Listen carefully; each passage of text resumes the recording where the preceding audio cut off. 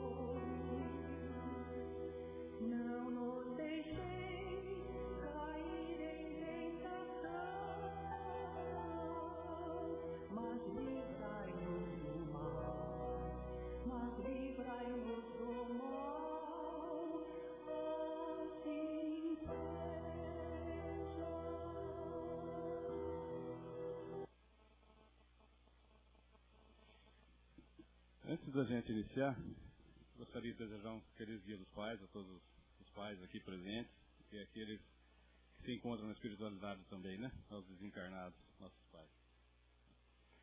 Queria contar um segredinho para vocês antes da gente iniciar a palestra desta manhã. Dona Helena Bettiol sempre diz que o seu Eufrásio é um médium de transporte, né? Se transporta ela para todo lugar, né? É um médium de transporte. E hoje a palestra não seria dela. Mas é ela que vai fazer a palestra. E agora há pouco eu fui lá e falei para ela que o meu mentor tinha me dito que ela tinha trazido até o livro para fazer a palestra hoje, para falar a mensagem que ela tinha lido. Ela falou, verdade, seu mentor? Eu falei, meu mentor. Sabe quem foi meu mentor? O médium de transporte dela. Por favor, dona Helena. Dona Helena que vai fazer a palestra para a gente hoje, por favor. O meu mentor é o seu médium de transporte, é o seu frase.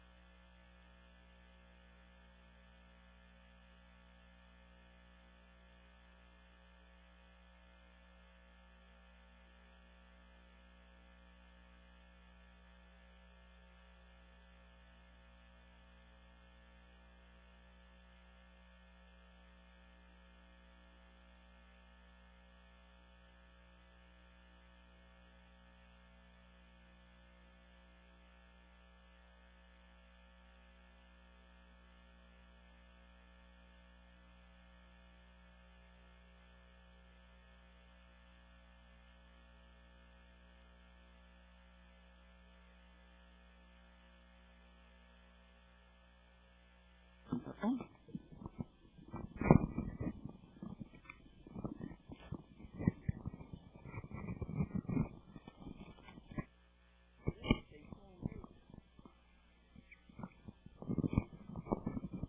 Não vai estourar, né? Se estourar, eu assusto. Eu vou lhes contar, amigos.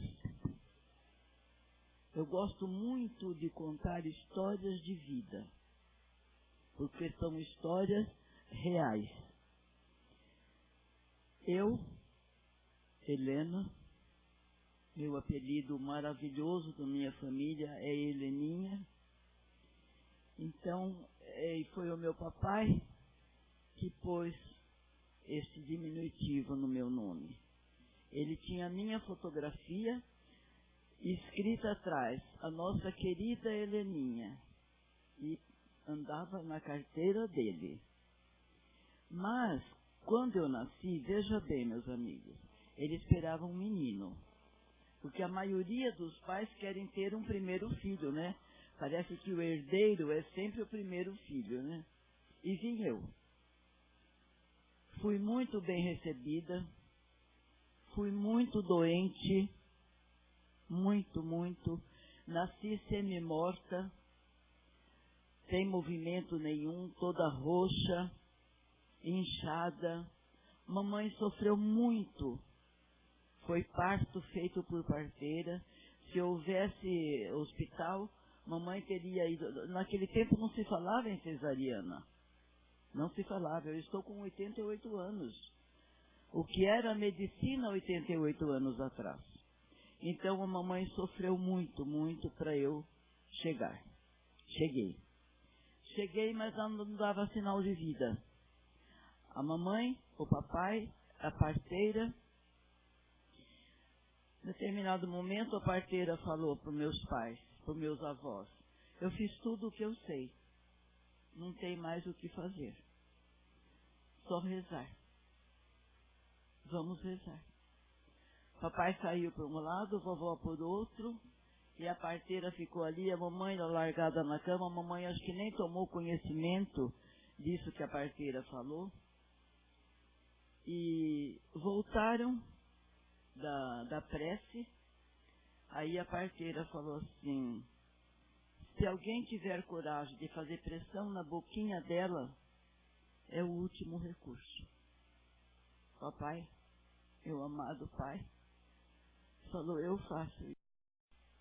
Quando ele colocou a boca abençoada dele na minha boca, fez pressão, eu dei um grito. Eu estava sufocada.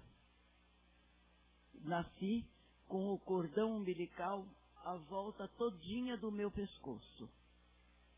A parteira disse a meus pais, aos meus avós, que nunca tinha feito um parto igual. Pois bem, e eu continuei com os meus pais. Papai andava a cavalo, era administrador de fazenda, e sempre me punha no cavalo, na frente dele, me segurando. E passava lá na noroeste, aquelas plantas lindas, aquelas árvores lindas, e o papai ia assobiando, e eu acompanhando o assobio dele. Tinha uma canção que ele assobiava. Então, fui muito amada, fui muito querida por meus pais, por meus avós, por meus tios, por todos. Aí a mamãe não tinha leite para me amamentar. Vinha uma senhora amiga, chamada Joanica. Todos eles eu conheci depois. Conheci, mas naquele tempo eu não tinha o conhecimento que eu tenho hoje. Eu não sabia agradecer. Eu gostava das pessoas, mas não sabia agradecer. Não sabia fazer um elogio, porque um elogio bem feito acalma a nossa alma. E ela vinha me amamentar e me cobria com uma fralda. Depois ela disse a mim mesma: eu cobria você porque você parecia um monstrengo, de tão horrorosa que você era. Eu falei: tá bom, eu era horrorosa, você me amamentou, E eu fiquei melhor, eu dizia para ela, né, quando eu já era grande. Tudo bem. Atravessamos a vida com muita pobreza, meus pais. Meu pai semi-analfabeto. Papai teve apenas 2º ano de grupo escolar. Sempre pobre, lutando. Comíamos arroz uma vez por dia porque não dava para comer 2 vezes. No almoço, a mamãe fazia qualquer coisa e fazia o arroz no jantar, que ela achava que no jantar o arroz e o feijão é que iam nos alimentar. Morávamos numa casa de sapé, uma casa de chão. Quando chegava tempo de queimada, lá no Noroeste era linda, né? Chegava tempo de queimada, nós carregávamos águas do rio, enchia um bacião de água e a mamãe com um canecão ia molhando o teto da casa para não pegar fogo, porque era de sapé a casa. Papai fez para nós aquele bigolinho de japonês, quando a gente vê filme de japonês, fez bigolinho. O bigolo maior sempre era meu, porque eu era mais velha, então tudo maior era para mim, né? E para minha irmã caçula, ele fez um bigolinho com latinhas de óleo de cozinha, que vinha em latas naquele tempo. E nós, então, cada um pegava, nós éramos em 4, cada um pegava o seu bigolinho, e o rio era como daqui na rua de baixo. E enchia os bigolos e vinha e a mamãe ali jogando aquela água. A casa era de tábua. Da minha cama, à noite eu via a lua. Tinha uma fresta do tamanho de um dedo. E nós éramos felizes, meus amigos. Nós éramos felizes, muito. Porque existia entre nós, papai e mamãe, e nós morávamos muito longe das outras famílias, sempre nos respeitamos muito, nos amávamos muito e nos amamos muito. Pois bem, quando meu irmãozinho, esse que partiu esses dias, o Hélio está aqui para ouvir a história, né, Elinho? História linda de amor. O papai era um menino que não desenvolvia. Ele era miudinho, magrinho. Um dia, na hora do banho, nesse bacião de banho, era 2 em cada água. A mamãe tomava primeiro e o Hélio tomava em segundo. Jogava aquela água fora, punha água no bacião para mais 2 tomarem banho. Nisso, meu irmão teve uma coisa dentro do banho. E papai e a mamãe correram, o papai falou, olha, congestão. Ele está com congestão. Os membros dele encolhiam para dentro, ele ficava uma bolinha, porque ele era pequenininho mesmo. Papai catou ele do banho, falou para a mamãe, congestão. E aí começou a massagear o corpo dele, e voltou ao normal. Só que 20 dias depois, o mesmo acontecimento, mas sem banho. Sem congestão, porque não foi congestão. Acontece a mesma coisa. Mas nós sabemos, estudantes da doutrina espírita, que todos nós, Deus nos ofereceu de presente um anjo guardião. Se nós dissermos às pessoas um espírito protetor, as pessoas que não entendem o espiritismo, às vezes se assustam de falar em espírito. Espírito vira fantasma para muitas pessoas. E falava-se então em prece, e meu irmão, naquele estado, o espírito protetor do meu pai, Roberto falou agora há pouco em intuição aqui, e eu vim falando para o meu marido em intuição. Papai falou para minha mamãe, colocou ele em cima da mesa, aquela bolinha de carne, papai puxou o bracinho dele, e falou para mim e para a mamãe, vamos fazer uma oração. Eram católicos praticantes. Então não era prece que se falava. Eu conheci falar prece depois na doutrina espírita. Era uma oração. E oramos o Pai Nosso. Enquanto nós orávamos, ele foi soltando os membros. voltou ao normal. Mas ele mesmo não lembrava do que acontecia. Ele não sabia do que acontecia. Aí o papai contou a um senhor conhecido nosso o acontecimento. E disse para esse senhor: eu vou levar o meu filho no médico. Nós estávamos longe da cidade de Penápolis, 40 quilômetros. Era jardineira, estrada de terra. Amigos, dificuldades que foram maravilhas na nossa vida, para valorizar hoje tudo que nós temos. Pois bem, esse senhor falou: o senhor leva, mas leva no centro espírita. Meu pai nunca tinha ouvido falar em centro espírita. Meu pai carregava Jesus morto na Semana Santa. Era católico praticante. Aí esse senhor indicou, lá em Penápolis, 3 mediunidades, e o papai levou. Os 3 médiums disseram a mesma coisa, sem saber quem meu pai era, quem meu irmão era, e o que se passava na nossa casa espiritualmente, que nós não sabíamos, que eram efeitos físicos. Eu gosto de falar em efeitos físicos, porque as pessoas, quando chegam ao centro e falam do que está acontecendo, mas não sabem que é efeitos físicos.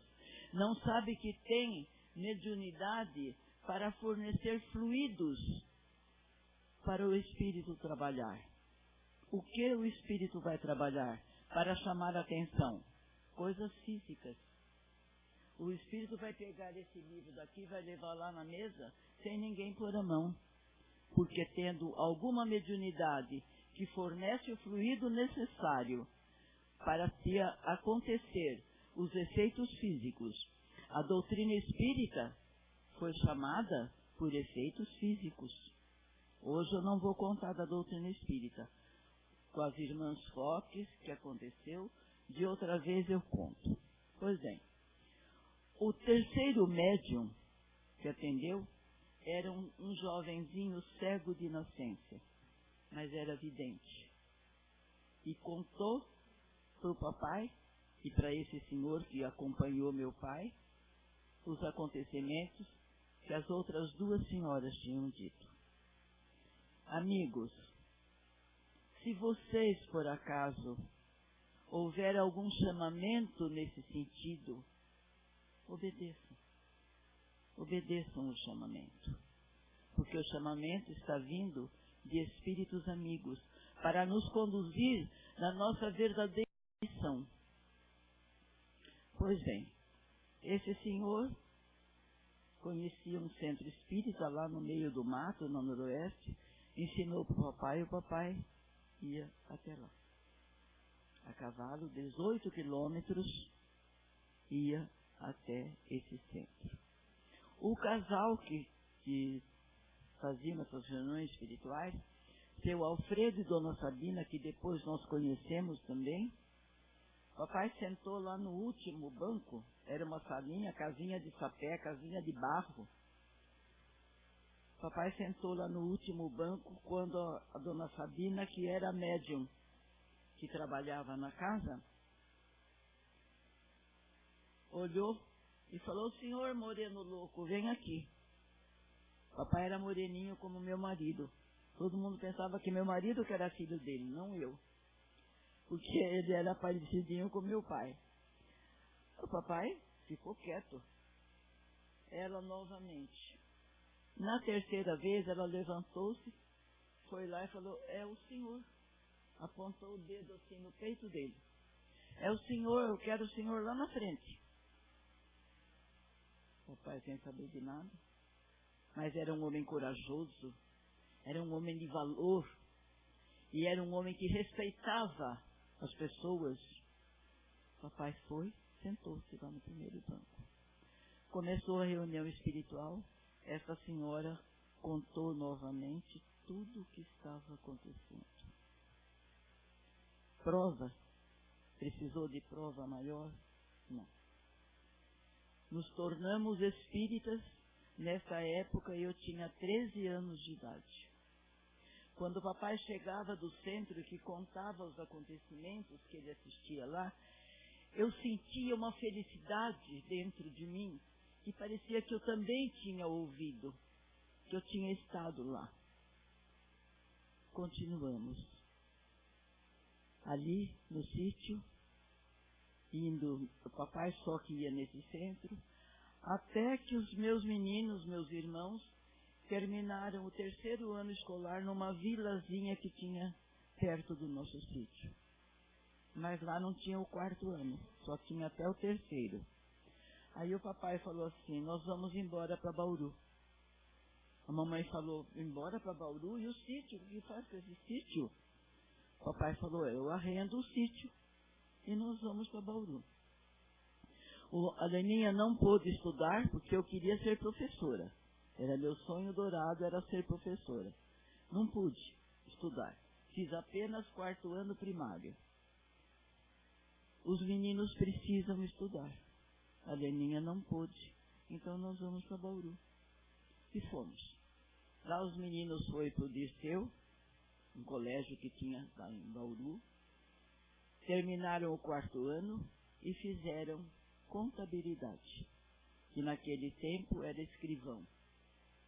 Eles dois fizeram o mesmo estudo. Depois, mais tarde, o Hélio, meu irmão, fez professor. Tirou diploma de professor. E assim foi a nossa vida, meus amigos. Somente explicações para isto que eu acabei de contar do meu nascimento, e quando tivemos conhecimento da doutrina espírita, até hoje eu falo que eu nunca esperava chegar a essa idade. Eu falo, amigos queridos que estavam ali na hora do meu nascimento, ajudando a eu vir ao mundo para ser uma missionária do bem. Porque é isto que eu sonho, meus amigos. Missionários do bem. Acabei de falar para minha amiga ali, farmacêuticos, missionários do bem. Médicos, missionários do bem. Pessoas boas, missionários do bem. Porque no planeta Terra só tem 2 caminhos, o do bem e o do mal. A escolha é nossa. Todas as escolhas da nossa vida, não foi Deus não que programou. Quem programou fomos nós mesmos. Se hoje mesmo de manhã, que eu agradeci a Deus, e eu converso com os meus inimigos, porque todos nós temos inimigos, viu, amigos? Se hoje não temos aqui, nós tivemos em outras eras, participamos em outras eras de muita coisa horrível e fizemos inimigos. Então a minha prece, eu falo para eles, meus inimigos, o meu pedido para vocês é que se arrependam dos seus atos. Se arrependam dos seus atos e perdoem. O arrependimento e o perdão são 2 janelinhas que se abrem para nós evoluirmos, para nós enxergarmos a luz de Jesus. Às vezes eu saio no sol, e o sol, às vezes, embaça a vista da gente, né? Aí eu olho para o sol e falo, sol, a sua luz está me embaçando. E quando eu ver a luz de Jesus, como que vai ser? Vou ficar cega.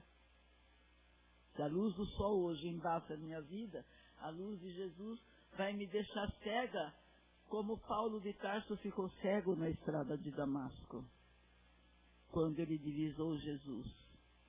A luz de Jesus cegou, mas voltou a ser um missionário do bem. Então, meus amigos, eu quero dizer para vocês, a intuição de ontem à noite, que eu abri o nosso Evangelho ontem à noite e li uma mensagem aqui e ofereci, que nós tínhamos tido ontem o almoço lá no nosso lar dos velhinhos, e os nossos velhinhos ontem dão permissão para eles tomarem um pouquinho de cerveja, porque eles não podem beber, né? Mas no dia dos pais, no dia de Natal, oferece para eles um copinho de cerveja. E os velhinhos, os da cadeira de rodas, todos ali felizes, com todos nós lá almoçando com eles. Jesus disse que na terra não existe felicidade completa. Vocês ouvem eu dizer sempre isso, né, amigos? Mas existem momentos felizes. E ontem, para nós, lá do lar, durante esse almoço, foi um momento feliz, porque os nossos velhinhos queridos ali nas cadeiras de rodas, alguns choravam e nós estávamos reunidos com a paz e o amor de Jesus. À noite, eu falei para o meu marido, eu vou abrir o Evangelho ao acaso e vou ler a mensagem que caiu para nós oferecermos aos nossos velhinhos lá do nosso lar, que vão dormir felizes hoje, porque tiveram a nossa companhia almoçando com eles. E para todos os necessitados. E eu vou ler, meus amigos, porque me tocou o coração a mensagem. Veja bem o título. Eu me chamo Caridade. E sou a principal estrada que conduz a Deus. Segui-me, porque eu sou o objetivo a que todos deveis de seguir. Esta manhã, parecia que ele estava falando para nós de ontem. Veja bem, meus bem. Quando a gente fala em intuição, intuição é uma coisa que fala ao nosso coração. Obedeçamos. Coloquemos em prática, porque a ideia está vindo do nosso anjo protetor.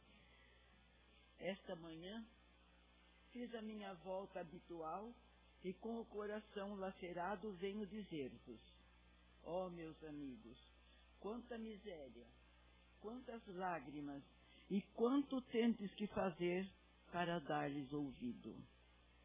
Coragem, coragem. Há corações bondosos que zelam por vós. Não ficareis abandonados. Tende paciência. Deus quis, Deus aqui está. Sois as suas amadas, as suas eleitas. Quantas amadas que estão aqui? Quantos amados, quantos eleitos? Elas pareciam ouvir-me, voltando para o meu lado os grandes olhos confundidos, e eu lia-lhes no pobre rosto do corpo, o corpo, esse tipo do espírito, tinha fome, e que, se as minhas palavras serenavam um pouco o seu coração, não lhe saciavam o estômago. E repetia ainda: coragem, coragem. Então, uma pobre mãe, ainda jovem, que aleitava o seu filhinho, tomou-o nos braços e o suspendeu ao espaço vazio. Filhinho, como que para rogar-me, protegesse a criancinha que sugava o seu estéril seio, sem uma nutrição suficiente. Mais adiante, meus amigos, vi pobres velhos, sem trabalho e quase sem asilo, sujeitos às provas das necessidades e envergonhados da sua miséria, não ousando, porque nunca mendigaram, ir suplicar a piedade daqueles que passavam por eles. Aos corações generosos e compassivos, eis aí, por que venho até aqui, amigos meus? Para dizer-vos: há por aí, afora, infelizes que têm a mesa sem pão, o fogão apagado, o leito sem cobertas. Não vos digo o que deveis fazer, apenas trago a iniciativa aos vossos corações. E se vós traçar a linha de conduta, privar-vos-ei do mérito do vosso ato beneficente. Digo-vos somente, eu sou a caridade, a vos estender a mão pelos vossos irmãos sofredores. Mas, se peço, também vos dou. Olha que lindo. Se peço, também vos dou, e com abundância. Convido-vos para um grande festim, e forneço uma árvore que vos vai saciar a todos. Vede quanto é bela, e quanto está carregada de flores e de frutos. Vinde, vinde, vinde, vinde, vinde. O livro está tão velho que a folha gruda uma na outra. Vinde colher os pomos dessa linda árvore, que se chama beneficência. No lugar dos ramos que alcançardes, ligarei as vossas ações, as boas ações que praticardes. E depois conduzirei a árvore a Deus, para que a carregue de novo. Visto que a beneficência é inesgotável. Não podia deixar, né? É meu amigo. Segui-me, portanto, meus amigos, a fim de que eu temais, a fim de que eu vos conte entre os que se acolhem à minha bandeira. Nada temais, que eu vos conduzirei pela via da salvação, pois eu sou a caridade. Carita, irmã martirizada em Roma. Carita. Vocês conhecem a prece de Caritas? Todos conhecem. É uma prece que fala tudo. E essa Carita foi martirizada em Roma, mas levou em seu coração a felicidade de amar Jesus e a felicidade de fazer a caridade.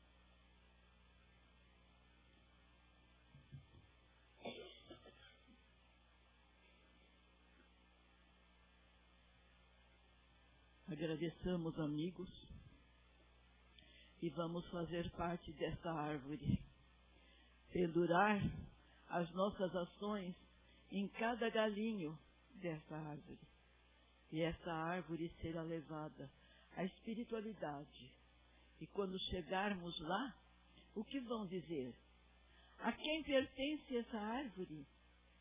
Aqueles que amaram, perdoaram e serviram. Praticar o bem, o amor a Deus e o amor ao próximo. Porque esta árvore, meus amigos, é cada um de nós. E esse bem que fizermos, esse amor a Deus e ao próximo, estará guardado, taquigrafado no nosso espírito, e nós levaremos conosco. Vamos orar e só agradecer. E veja bem, meus amigos, mais uma vez eu lhes digo, está aqui o meu marido, está aí o Roberto, de testemunha. Quando eu li esta mensagem, eu falei, marido, nós vamos ao centro.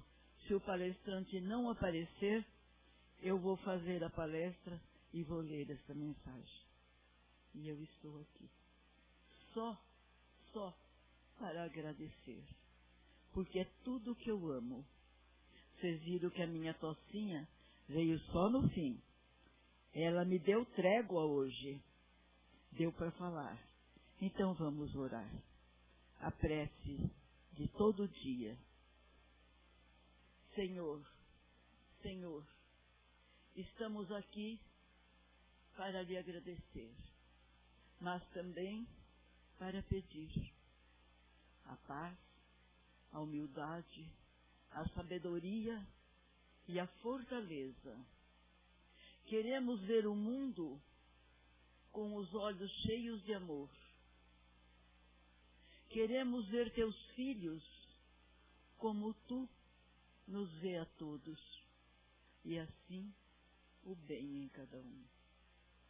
Senhor, guarda nosso caminho de toda maldade. Enche nossos espíritos de bênçãos. Senhor, aonde nós formos, sejamos bondosos e alegres, para que todos que se achegarem a nós sintam a Tua presença. Reveste-nos, Senhor, reveste-nos com a Tua beleza, e que no decorrer de nossos dias Te revelemos a todos, através do nosso bom coração, através da nossa fé, em Você, Deus de amor, em Você, Jesus divino amigo, e em vocês, queridos amigos, que estão aqui, nos abraçando a cada um, porque sentimos os seus abraços. Deus lhes pague. Que esta paz que Jesus disse, eu vou, mas vos deixo a minha paz eu vos dou. Que esta paz esteja em todos os nossos lares e principalmente dentro de nossos corações, para seguirmos o caminho do bem, do amor e da paz. Deus lhes pague, amigos. Estenda as suas mãos sobre todos nós, encarnados e desencarnados, que podem, a partir de hoje, dizer, eu vou amar a Deus e a Jesus. Eu vou amar a Deus e a Jesus. Que assim seja. Obrigada, amigos. E obrigada a este querido que estava aqui, pondo as suas delicadas mãos nos meus ombros e me ajudando. Muito obrigada pelo carinho desta casa que nós amamos e que nos conduz à felicidade. O meu médium de transporte está aqui. Ai de mim, se não fosse